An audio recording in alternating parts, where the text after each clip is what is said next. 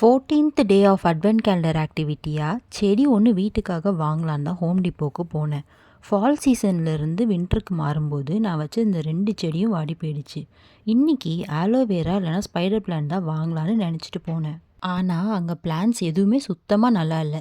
சரியாக எதுவுமே மெயின்டைன் பண்ணலை. பார்க்கவே ரொம்ப கஷ்டமான நிலமையில தான் எல்லா செடியும் இருந்துச்சு. அப்புறம் ஒரு வழியாக பாயின்சிட்டியா பிளான்ட் ஒன்று வாங்கலான்னு டிசைட் பண்ணிட்டேன். இந்த செடிக்கு ஒரு ஹிஸ்ட்ரி இருக்குது. ஒரு பொண்ணு கிறிஸ்மஸ் ஈவ் அன்னைக்கு பேபி ஜீசஸ்க்காக ஏதாவது gift கொடுக்கணும்னு நினச்சாங்க. ஆனால் அவங்கக்கிட்ட காசு எதுவுமே இல்லை. தெரு ஓரமாக இருந்த வீட்ஸ் எல்லாம் பிக் பண்ணி அதில் ஒரு பொக்கே பண்ணி ப்ரெசன்ட் பண்ணாங்க. அப்போது அந்த வீடெல்லாம் ரெட் கலர் ஃப்ளவர்ஸாக ப்ளூம் ஆயிருக்கு. இந்த செடியை ஃப்யூச்சரில் பயங்கரமாக மார்க்கெட் பண்ணியிருக்காங்க.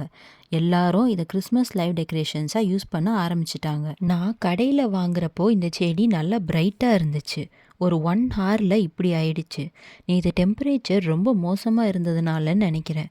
இந்த செடி இவ்வளோ சென்சிட்டிவாக இருக்கும்னு நான் நினைக்கவே இல்லை. இப்போதைக்கு ஸ்டேபிளான டெம்பரேச்சரில் வச்சுருக்கேன். எவ்வளோ சீக்கிரத்தில் ரெக்கவர் ஆகுதுன்னு பார்க்கலாம்.